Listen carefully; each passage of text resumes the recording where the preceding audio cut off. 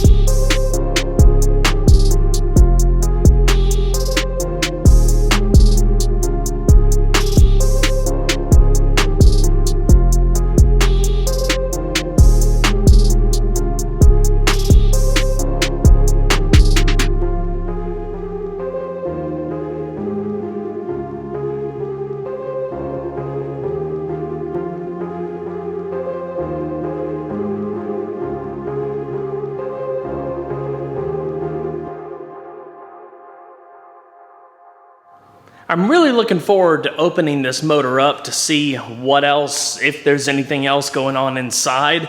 I at least have a major issue with one lifter where it basically smashed up against the cam and the cam ground its way into the lifter. So yeah, that was pretty interesting, but I've got the new motor prepped on the run stand. It just needs to be wired up, so hopefully in just the next little bit we can hear the thing fire up.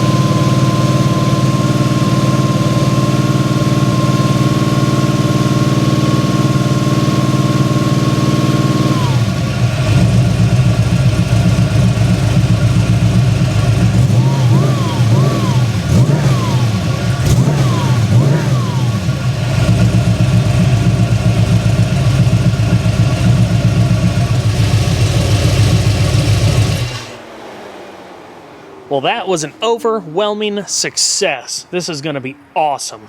Just going to run it through a few more heat cycles, change the oil, and should be good to go.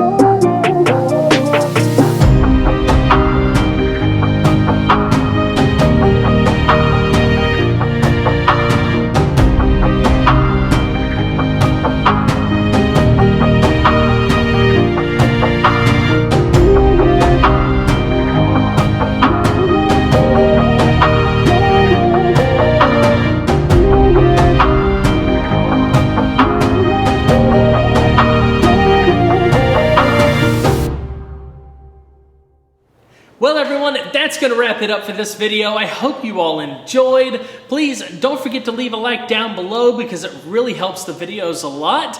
And if you haven't subscribed already, consider doing that too. And make sure you turn your notifications on so you can get properly notified of the upcoming content. Obviously, this is a pretty sucky thing to have to go through, but keeping things on a positive note, the S10 is going to be even more awesome. It's going to have more power. I can clean things up in the engine bay even more and just, tidy things up that I wasn't like super thrilled with and stuff. So what is an unfortunate situation is going to turn out even better. So yeah, I thought this was going to be an extremely miserable process, and I mean, it hasn't been fun, but it hasn't quite been as miserable as I thought. It's just going at, a nice slow pace and taking things easy, and, I think it's going to work out just fine. Obviously, the 6-liter runs incredible, got great oil pressure, it sounds awesome, so I think it's going to be a really, really nice replacement for this motor. I've got to transfer a few more things over. I'm going to end up having to swap oil pans, so obviously I have to clean the oil pan that was on this one really good. But thankfully, it's a pretty easy swap, being that this motor is still in the run stand. I'll end up getting this motor fixed to save for a possible future project, but yeah, I'll keep you guys up to date. We're nearing the end of the S10 build, hopefully, and yeah, thanks for sticking with me, guys. I'm just going to keep on rambling, so let's end it right here. Take care, everyone.